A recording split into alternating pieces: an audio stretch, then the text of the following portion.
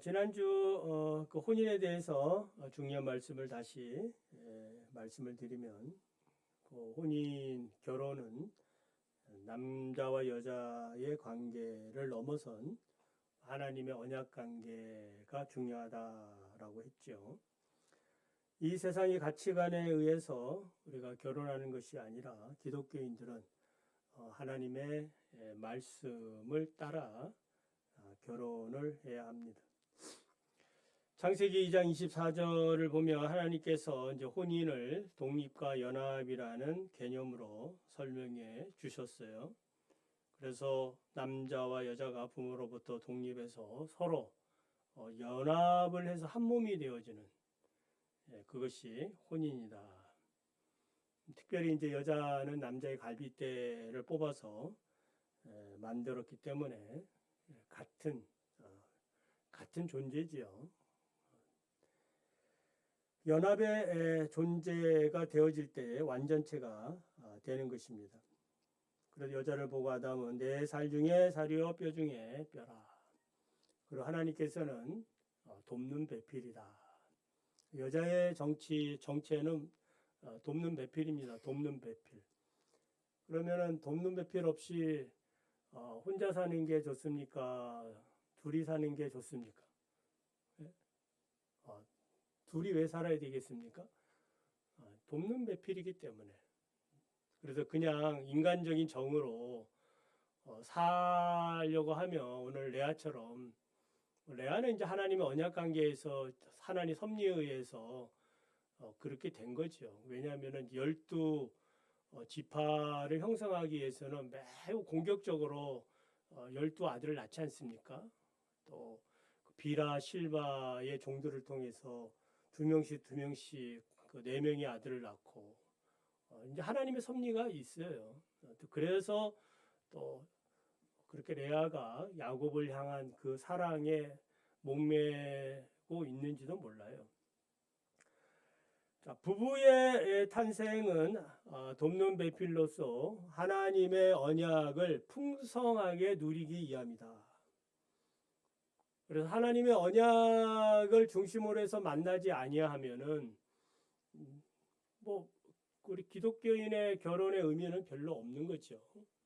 그냥 세상적으로 남과 여가 만나서 그냥 뭐 서로의 사랑을 하고 생육하고 번성하는 것에 불과한 거지, 하나님하고는 별로 상관이 없는. 그래서 하나님의 복을 받기를 원하고 하나님이 원하시는 가정을 이루기를 원한다면은 내가 먼저 하나님의 말씀에 분명히 서 있어야 되는 거죠. 그래서 이 돕는 배필은 가만히 있어서 주어지는 것이 아니라 이런 믿음의 가치관을 가지고 찾을 때에 하나님이 만나게 해주시고, 그래서 이제 비로소 함께 더불어 살게 되어지는 것입니다. 바울은 고린도서 6장 14절 16절에서 불신결혼에 대해서 이야기하지요. 불신결혼은 원칙적으로 안 된다. 원리적으로 왜 안 되느냐? 왜 안 됩니까? 우리 찬양 씨 한번 얘기해 볼래요? 왜 안 됩니까? 왜? 알고 있는 대로 그냥 왜 안 됩니까? 저거 안 된다 그랬으니까 목사님 왜 안 됩니까? 사랑하면 됐지. 그 믿음의 백성이 아니다. 그러니까 우리와 사랑하는 그 차원이 다른 거죠. 그러니까 4차원과 5차원 다르고 3차원과 4차원이 다르듯이 차원이 달라. 차원이. 그러니까 하나님의 약속 가운데 있어서 우리는 근본적으로 하나님의 성령을 받은 사람들이거든. 성령을 믿습니까? 성령을 받은 사람이야. 근데 지금 저 앞에 있는 뭐 연예인처럼 생긴, 아이돌처럼 생긴 그 여자분이 딱 내 취향이라고 생각이 들 수 있죠. 생각이 들 수 있잖아. 그런데 금방 생각을 고쳐 먹어야 되는 것이 저 사람에게는 무엇이 없다? 성령이 없는 거야. 성령이 없기 때문에 저 사람과 나하고는 근본적으로 맞아요, 안 맞아요? 안 맞다라고 금방 그 생각을 고쳐 먹어야 되거든. 왜냐하면 내가 그 생각을 안 한다면은 접근해 가지고 서로 교제할 수도 있겠어요. 그러나 내가 이런 믿음에 견고하게 서 있다면은 사람을 보는 그 관점이 달라져야죠. 그래서 처음부터 사람을 외모로 보는 것이 아니라 그 속에 하나님의 영이 있는지 없는지 그것 가지고 사람의 됨됨이를 우리가 살피고 저 분은 하나님의 지혜의 영을 갖고 있구나. 그래서 현숙한 여인이 되겠구나. 이렇게 하나님이 주실 복을 생각하고 판단하고 그런 믿음을 가질 때에 하나님이 기뻐하시는 거예요. 그리고 멍에를 매는이라고 했잖아요. 멍에를 같이 매야 되는데 소와 말로 비유를 했지요. 안 맞는 거예요. 처음에는 인생을 안 살아봤으니까 잘 살 것 같은 생각이 들지만은 이 원리상 안 맞는 거예요. 소와 말이 안 되거든. 같은 멍에 못 매거든요. 그러니까 하나님의 영, 성령을 가진 사람하고 그렇지 않은 사람하고 같은 멍에를 메고 살 수가 없게 된다는 겁니다. 오히려 정말 그 사람을 사랑한다면은 어떻게 해야 되는 거예요? 예수를 믿게 잘 한다든지. 그래서 정말 나를 사랑한다면은 예수를 잘 믿을 수 있느냐? 적어도 이런 확답을 받고 세례를 받고 그리스도인이 되게 한 다음에 결혼을 하는 것은 나쁘지 않지요. 그러나 그런 거 없이 그냥 사람 사랑 그것 때문에 우리가 결혼을 한다면은 결국 노아 홍수 그 타락 전에 그런 삶의 모습으로 떨어지게 되는 거예요. 자, 믿음의 언약 관계, 부부를 맺었다면은 돕는 배필이 되었다면 어떻게 도와야 되는가? 베드로전서 3장 7절을 보면 남편들아 이와 같이 지식을 따라 너희 아내와 동거하고 그를 더 연약한 그릇이요 또 생명의 은혜를 함께 이어받을 자로 알아 귀히 여기라. 이는 너희 기도가 막히지 아니하게 하려 함이라. 여기 중요한 단어가 문장이 하나 나오는데 지식을 따라 너희 아내와 동거하라. 지식을 따라 너희 아내와 동거하라. 어떤 지식이겠습니까? 어떤 지식? 행복한 결혼 생활을 하는 지식인가요? 아니면 성경 지식인가요? 성경 박사가 돼야 결혼한다는 말인가요? 그런 지식이 아니고 그 사람에 대한 지식이에요. 그 사람. 그러니까 서로에 대해서 알아가는 겁니다. 그래야 사랑할 수 있고 그래야 이해할 수 있고 그래야 저 사람의 필요를 위해서 내가 도와줄 수도 있고 그런 지식을 얘기하는 거예요. 그래서 충분하게 사랑하는 사람이 있다면 우리 청년들 자신의 삶의 가정을 이해시키고 그리고 아까 이제 믿음이 만약에 없다 하면은 믿음을 왜 가져야 되는지에 대해서 쭉 설명하고 이런 것도 서로를 알아가는 겁니다. 처음부터 이렇게 이제 이런 믿음의 교제를 하는 건 좋지만 그렇지 못하는 경우도 있을 수 있기 때문에 그렇다면은 그 다음에 이러한 지식이 생길 수 있도록 그래서 내가 이 사람과 결혼하려면은 하나님을 믿어야 되겠구나. 그냥 결혼을 하기 위해서 믿는 게 아니라 이 믿음을 갖는 것이 인생의 행복이라고 생각이 들어서 믿음을 갖고 서로에 대한 이런 지식들을 소유할 때에 돕는 배필로서 살게 되어지는 거예요. 그러니까 서로를 귀하게 여기고 서로의 마음을 헤아리고 이해하는 그런 그 모습이라고 볼 수 있습니다. 자, 오늘 8계명입니다. 한번 규보를 보겠습니다. 8계명. 자, 제8계명은 무엇입니까? 도둑질하지 말라 하신 것입니다. 백신문 제8계명에서 하나님께서 금하신 것은 무엇입니까? 하나님께서는 국가가 법으로 처벌하는 도둑질과 강도질만을 금하신 것이 아니고 이웃의 소유를 자기의 것으로 삼으려고 시도하는 모든 속임수와 관계를 도둑질이라고 말씀하십니다. 이런 것들은 폭력으로 혹은 합법성을 가장하고도 일어날 수 있는데 곧 거짓 저울이나 자나 돼, 부정품, 위조 지폐나 고리 대금과 같은 일, 기타 하나님께서 금하신 일들입니다. 하나님께서는 또한 모든 탐욕을 금하시고 그의 선물들이 조금이라도 잘못 사용되거나 낭비되는 것을 금하십니다. 자, 111문 이 계명에서 하나님이 원하시는 것은 무엇입니까?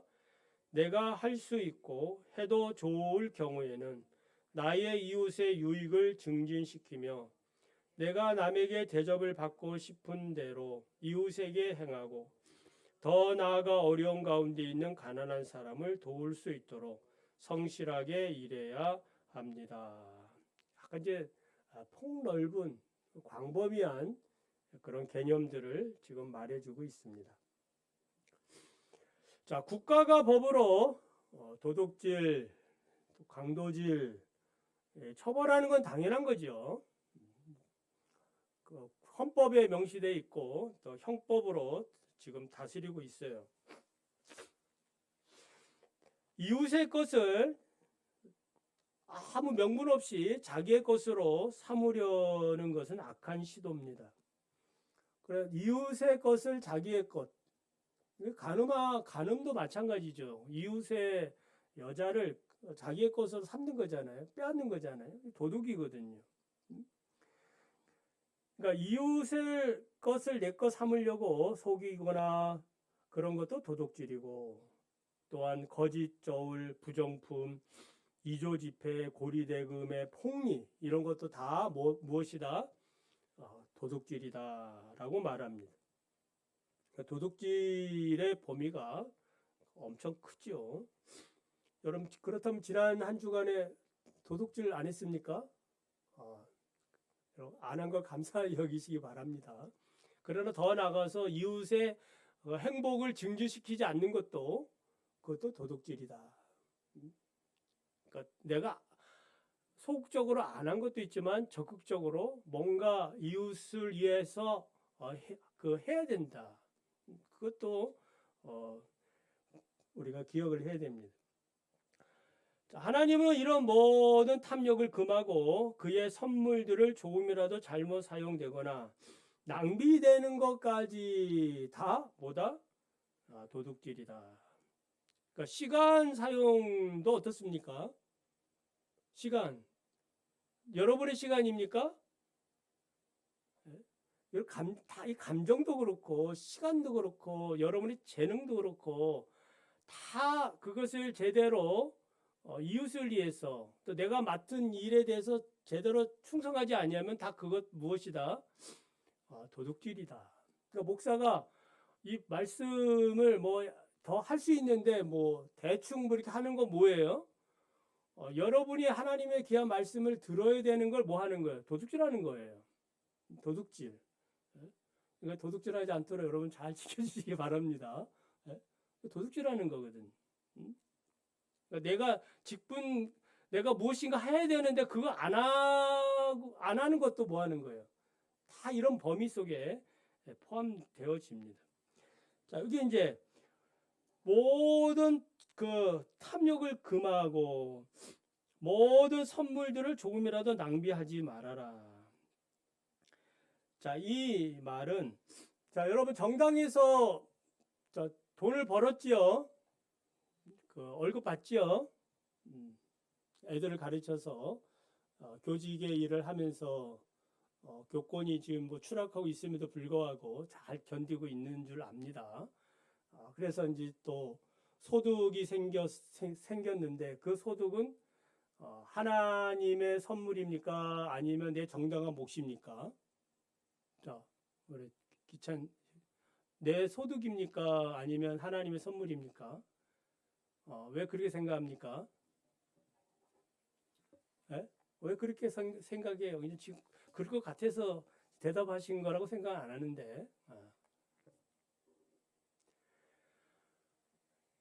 우주 만물을 창조하신 분은 하나님이시고 땅과 거기에 모든 충만한 것들은 다 아버지의 것이에요. 믿습니까? 우리는 이 믿음이 있죠. 하나님이 태초에 말씀으로 창조하셨습니다.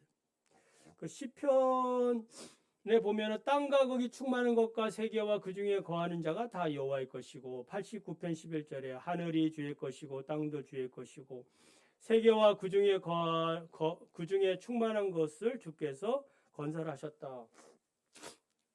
그러니까 이 세상에 존재하는 모든 것은 하나님의 작품이고 내 소유는 있다 없다? 크게 보면 없는 거예요. 없어.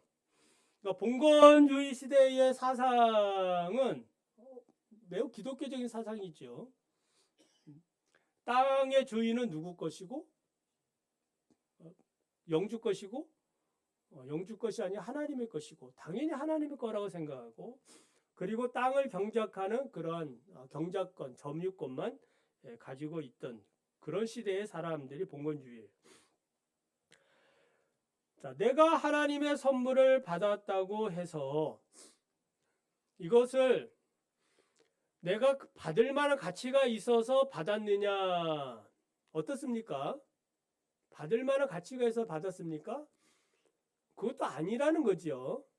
나는 받을 만한 가치가 전혀 없는 사람인데 하나님이 나에게 여러 가지 재능을 주시고 또 여러 가지를 일할 수 있는 조건도 주시고 지혜도 주시고 건강도 주셔서 일을 했다는 거예요. 그리고 내가 생각했던 것보다 하나님이 주시는 것들이 크다. 그래서 선물이라고 지금 얘기해주고 있어요. 만약 사장이 여러분 그 사장이 이제 근로계약서대로 일한 대로 이렇게 딱 주었다면은 그거는 선물은 아니죠. 그냥 품삯이죠. 그런데 일한 거 그 이상으로 보너스를 주면 어떻습니까? 그 선물이죠. 선물입니다. 그러니까 하나님이 우리에게 주신 것들이 그렇다는 거죠. 매일매일 우리가 호흡하고 숨 쉬면서 가족들과 만나고 또 내가 별탈 없이 살아가고 있는 것 자체가 선물입니다. 하나님의 선물로 오늘도 살고 내일도 살고 이렇게 산다라고 생각할 때에 인생이 피곤하지 않아요. 불행하게 느끼지 않는다 이 말이에요. 늘 감사하다 이 말입니다. 그러나 내가 일한 몫에 왜 이렇게밖에 내가 대우를 못 받지라고 생각하는 순간부터 뭐 하는 거예요? 그 노사관계가 일어나고 이런 갈등 관계가 일어나는 거예요. 감사는 사라지고 불평만 생길 수밖에 없습니다. 물론 이 세상에 이러한 법적인 관계는 그럴 수 있겠지만은 우리는 하나님과의 관계에서 살아가는 믿음의 사람이라고 보면 하나님과의 사랑을 통해서 뭐 하는 거예요? 이런 부조리한 문제들, 갈등들을 극복하면서 살 수 있는 힘이 있다 이 말이에요. 그래서 만약에 레아가 오늘 레아를 좀 많이 이렇게 말씀을 드리고 있잖아요. 그러니까 레아가 처음부터 여호와를 찬양합니다라고 하나님을 사랑하고 섬기는 그 믿음 가운데 살았으면은 남편의 사랑을 그렇게 계속 쳐다볼까요? 뭐 그런가 보다 하지요. 그런가 보다 하고 오히려 하나님의 큰 사랑을 가지고 불쌍한 야곱을 더 사랑하고 그렇게 이해해주고 또 섬기고 뭐 그랬을 것이라고 생각이 들어요. 이거는 뭐 정말 희망사항이죠. 희망사항입니다. 현실은 그렇지 못합니다. 자, 선물과 대조되는 말이 탐욕이에요. 탐욕은 단지 욕심이 많다는 정도가 아니라 하나님이 주신 선물을 선물로 생각하지 아니하고 자기의 그러한 그 만족으로 살려고 하는 그 상태를 얘기해요. 그래서 골로새서 3장 5절을 보면은 이 탐심은 우상숭배라고 말합니다. 그래서 우상숭배라고 말하는 것은 이 탐심은 단순하게 재물을 의지할 뿐만 아니라 재물을 의지하는데 하나님보다 더 의지하는 상태를 얘기해요. 그러니까 여러분의 삶은 하나님 없이는 살 수 없다라고 고백을 하지 않습니까? 하나님의 사랑이 크다고 믿지 않습니까? 근데 우상숭배는 하나님의 사랑 보다는 우상을 통해서 뭐 하는 거예요? 만족을 얻고 그것을 의지해서 살려고 하는 그런 마음이에요. 그러니까 재물을 하나님처럼 여기고 재물이 없으면은 나는 살 수 없다라고 생각하고 어떻게 하든지 재물을 모으고 재물을 소유하는데 자신의 생명을 다 이렇게 쏟아버리는 그러한 경우를 얘기해요. 자신의 생명은 누구 건데? 하나님의 것인데 이 하나님의 것을 가지고 세상에 있는 재물을 거기에 막 그 올리라는 그런 생각 자체가 우상숭배다, 탐욕이다 이렇게 말할 수 있습니다. 그래서 이 8계명은 도둑질, 강도짓만 금한 것이 아니라 우리의 마음의 문제까지 다루고 있다라는 거예요. 혼인관계도 하나님의 언약관계에서 지금 말씀을 드렸잖아요. 마찬가지 재물도 하나님이 여러분에게 주신 그런 언약에서 주어졌다. 그래서 이 언약관계에서 재물을 우리가 이 관계를 이해하려면은 첫 번째는 두 가지인데 나는 받을 가치가 없지만 하나님이 나에게 모든 것을 은혜로 주셨다라고 믿는 믿음이에요. 그러니까 하나님이 나에게 모든 걸 주셨다. 오늘 하루 24시간도 누가 주셨다? 하나님이 나에게 주셨다. 우리 이제 재수하고 있잖아요. 그것도 누가 주신 거예요? 하나님이 나에게 더 분명하고 정확하게 고등학교 3년 동안 배우지 못한 거 다시 더 자세히 배우라고 뭐 한 거예요? 기회를 주신 거거든. 저 같으면은 저가 고3 그런 시절이 영원히 오진 않겠지요. 온다면은 만약 제가 재수를 한다면 더 자세하게 그동안 배우지 않은 거, 학교에서 배우지 못한 거, 여러 가지 사정으로 배우지 못한 거 철저하게 잘 배울 것 같아. 그러니까 하나님이 나에게 주신 기회들을 선용하고 이 기회들을 자기의 발전으로 삼는 것은 매우 바람직해요. 하나님이 나에게 은혜로 주신 겁니다. 두 번째는 하나님이 나에게 은혜로 이렇게 주셨기 때문에 나는 이것들을 어떻게 책임감 있게 청지기의 정신을 가지고 관리를 해야 한다라는 거예요.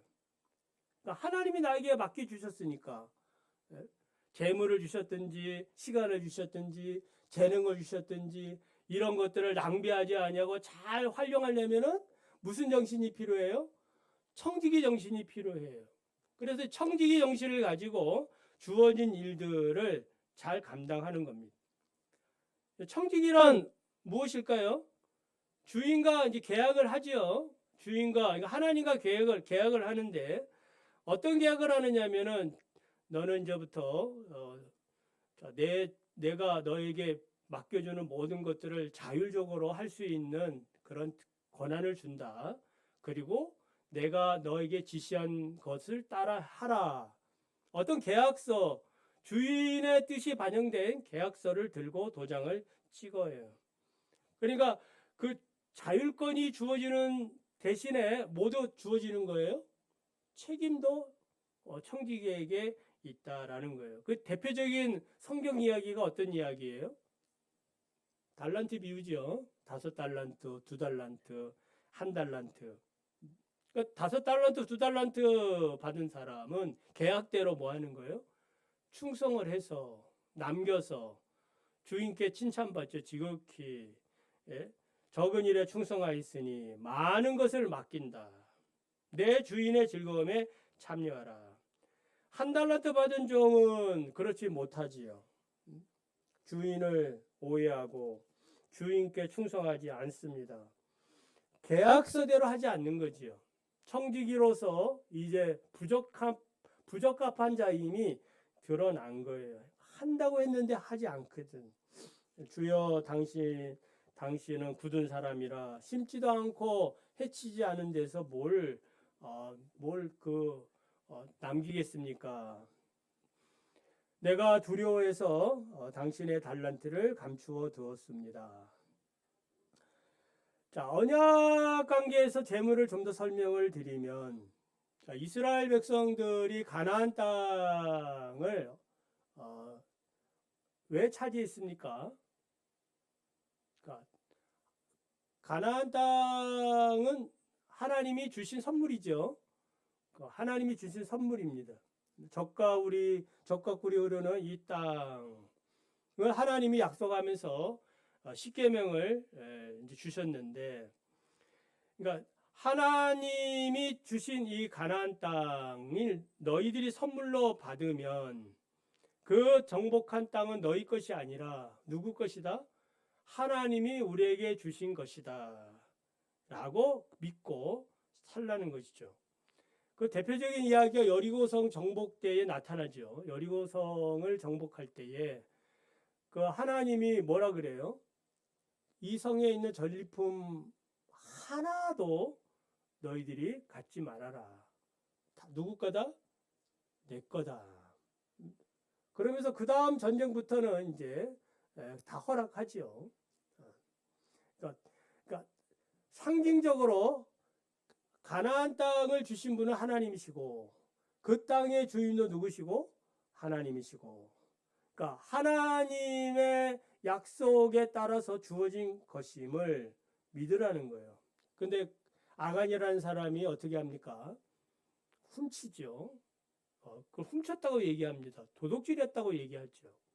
그걸 하나님이 찾아내서 그 아간이 애지중지하게 그렇게 숨겨놨던 재물과 함께 그의 가족들이 다 어떻게 아골골짜기에 들어가서 다 죽게 됩니다.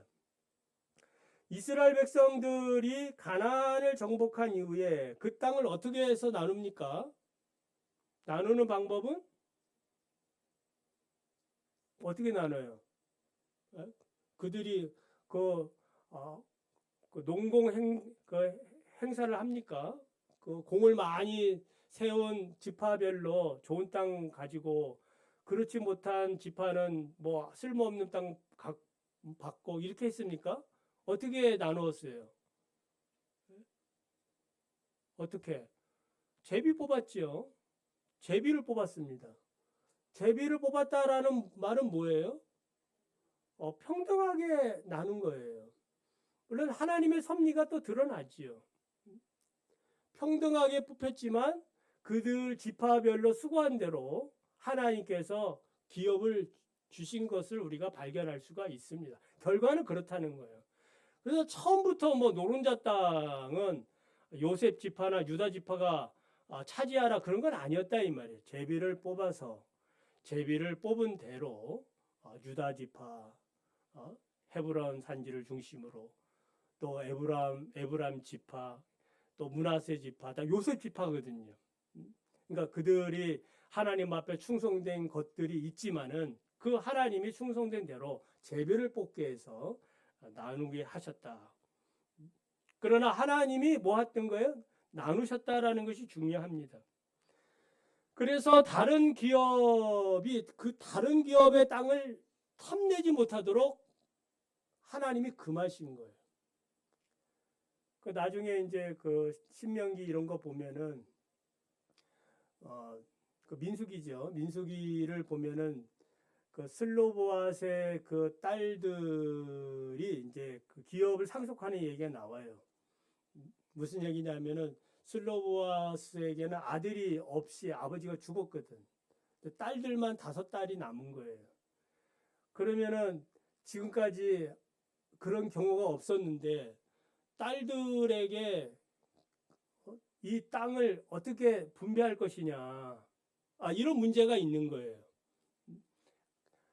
모세에게 이제 들고 오니까 모세가 하나님 앞에 이제 기도를 하지요. 하나님 어떻게 해야 될까요? 결론은 무엇입니까? 자, 이 딸이 아버지 그 뭐 예를 들면은 이제 뭐 유다 지파의 땅이라면은 유다 지파의 이 딸들이 땅을 분배받았어요. 분배받는 거는 뭐 정당하지요. 그러면 이 딸들이 분배받고 시집을 누구한테 갔어요? 저희 에브람 지파 사람에게 시집을 갈 경우에는 이 땅도 가지고 가야 되거든요. 그러면 어떻게 되겠습니까? 이 땅이 어떻게 되는 거예요? 지금 옮겨가는 거거든. 딴 지파로. 하나님이 주신 기업에 손상을 입는 거예요. 그러니까 하나님이 모세를 통하여 그 상속 개정을 하는데 그 내용이 뭐냐면은 종족 안에서만 결혼하라. 그러니까 종족 안에서만 결혼하라. 그러니까 기업을 뭐 하라는 거예요? 유지하라는 거예요. 이 기업은 누구 것이니까? 하나님의 것이고 또 하나님이 그 지파에게 준 본연의 그러한 그 선물이라는 거예요. 그러니까 오늘 우리가 이런 하나님이 주신 요 선물이라는 개념을 볼 때 우리 직분도 동일합니다. 여러분이 이 충신교회의 직분자가 되었다라는 것은 뭐예요? 하나님의 뭐예요? 선물입니다. 선물. 선물이니까 내가 여기서 뭐 하는 거예요? 어떻게 하든지 이 기업을 잘 지켜나가는 것. 선물이니까. 거기서 충성을 하고. 이런 믿음이 중요하다 이 말이에요. 그러나 이 기업을 버리고 뭐 우리 앞서 이렇게 쭉 역사를 보면은 다 떠난 분들도 많지요. 그러나 기업 측면에서 보면은 하나님이 그들에게 주신 몫이 있는데 그것들을 버리고 다 갔다. 우리 청년들은 어떻게 하면 좋겠습니까? 그 기업의 몫을 잘 감당하시기 바랍니다. 그러니까 이 믿음이에요. 믿음을 따라서 살아가는 겁니다. 내 믿음이 뭐 이것밖에 안 되는데 뭐 더 이상 무슨 얘기를 하겠습니까? 그러니까 여러분의 믿음이 성경적인 바른 믿음을 배우고 그 믿음을 따라 살아가는 것은 매우 바람직한 겁니다. 그래서 이제 하나님이 이 가나안 땅을 이렇게 지파별로 제비를 뽑고 여러분 단지파 알지요? 단지파. 단지파는 하나님이 주신 기업을 버리고 딴 데로 이사한 지파거든. 그래서 그런지 그 계시록에 보면 단지파라는 이름이 없어요. 또 그렇게 해석하는 분들도 있습니다. 그때에 기업을 버렸기 때문에 단지파는 하늘나라에서 새하늘과 새 땅에서는 기업이 없다라고 해석도 해요. 저도 거기에 대해서 동의를. 왜냐하면 기업을 버렸거든. 단지파가 이제 역사 속에서 사라지는 거예요. 삼손이 단지파 사람인데 그런 인재도 나오긴 했는데 그 버리고 다 작불불이 흩어지거든. 하나님이 좋아하지 않는다 이 말입니다. 그래서 이 기업을 잘 지키지 못해서 땅을 사고 파는 일이 생길 수 있어요. 여러 가지 뭐 병이 들어가지고 지금 하나님 주신 기업을 뭐 하고 이걸 팔아가지고 뭐 병원비 할 수도 있고 또 뭐 아들이 사고 쳐가지고 또 이 사고비 이거 충당하려고 자기 기업을 팔 수도 있고 여러 가지 사정이 생길 수 있어요. 그런데 하나님께서 또 하나의 조치를 만들어 놨지요. 그게 뭐예요? 무슨 제도예요? 50년마다 돌아오는 희년제도가 있는 거예요. 50년, 매 50년째가 되면 뭐 하는 거예요? 그동안에 사고 팔았던 모든 것들을 뭐 하고 정리를 해서 원주인에게 돌려주라. 그러니까 하나님께서는 어떻게 하든지 자기 기업을 유지시키기를 원하고 이것들을 율법으로 정하신 거예요. 그러니까 돌려주라는 거예요. 그래서 그 꾀가 많은 사람들은 희년이 다가오면은 이 매매 이런 걸 잘 안 하려고 어차피 돌려줘야 되거든. 그러니까 형제의 고통과 아픔을 뭐 하는 거예요? 외면하고 그걸 사봤자 뭐 하는 거예요? 돌려줘야 되거든. 그러니까 룻기에서 왜 그 아무개라는 사람이 그 룻과 결혼을 안 합니까? 처음에는 그 땅이 자기 소유가 된다라고 생각해서 예스 했는데 그 땅을 누구한테 나중에 돌려줘야 된다는 거예요? 룻에게서 태어나는 아기에게 그 땅을 돌려줘야 된다 하니까 금방 손해되는 것이 맞잖아요. 예? 이득이 될 줄 알고 내가 그 기업을 무르지요라고 했는데 그거 말고 또 하나 있는데 룻과 결혼을 해야 된다. 그래서 거기서 태어나는 아이가 그 기업을 이어가야 된다 했더니 금방 계산기 두드리니까 이거는 마이너스거든. 손해가 엄청난 거예요. 그래서 안 한다는 것이고, 반면에 보아스라는 사람은 뭐 하는 거예요? 그것을 다 감당하는 거예요. 보아스가 왜 이대하고 그리스도의 조상이 되어지냐 하면은 이러한 그 희생 정신이 있기 때문이다라는 겁니다. 자, 정리하면 한 가지 더 말씀을 드리면 이제 탐욕이라는 것은 어른들만 있는 것이 아니라 아이들도 있다. 우리의 어린 자녀들, 여기 우리 저 황권사님 그 손자가 그 핸드폰 빌려달라고 하면서 할머니한테 자기 책임은 어린데도 책임은 다 자기가 질 테니까 엄마한테 매맞든지 뭐 하든지 그렇게 얘기하는 어린아이들이 있어요. 다 자기가 책임을 지겠다는 거야. 무슨 책임을 지겠든지. 요즘 아이들이 그렇다는 거예요. 그러니까 본능적으로 다른 아이와 비교하고 본능적으로 자기가 손해 안 보려고 한다 이 말입니다. 전에 우리 어렸을 때는 몽당 연필 이런 것들이 있지 않았습니까? 요즘 그런 거 모르는 시대 애들이 살고 있죠. 몽당 연필. 저 몽당 연필 씁니까? 몽당 연필. 볼펜 그 껍데기에 끼워가지고 어떻게 하든지 끝까지 그 사용하려고 하는 그러한 시대에 우리가 살았는데 요즘 아이들은 물자 귀한 줄도 모르고 감사 모르고 부모 감사한 줄도 모르고 그러니까 교권도 떨어지고 뭐 그런 시대에 살고 있는 겁니다. 이런 시대에 이 8계명은 매우 중요한 거예요. 도둑질하지 말아라. 다 이게 도둑질하는 거거든. 그래서 자녀들에게 바른 하나님의 말씀을 가르치고 그래서 하나님의 것을 하나님의 것으로 섬기고 그러니까 지금 이 시간도 하나님의 것이라고 생각하면은 우리가 이 시간을 잘 지키고 하는 것도 뭐 하는 거예요? 도둑질하지 않는 거거든. 그러니까 하나님의 시간 예배 드리러 왔으면은 예배 잘 드리는 것. 그거 하나님 앞에 드리는 거고 중간에 띵겨 먹으면 뭐 하는 거예요? 도둑질하는 거거든. 그러니까 아무렇지도 않게 괜찮겠지 이럴 생각이 아니라 그러니까 시간 나에게 주어진 재능들 이런 것들을 귀하게 여기고 이런 것들을 가치 있게 여기는 그 생각 하나하나가 중요한 겁니다. 그래서 행동 하나하나 보면은 뭘 다 안다고.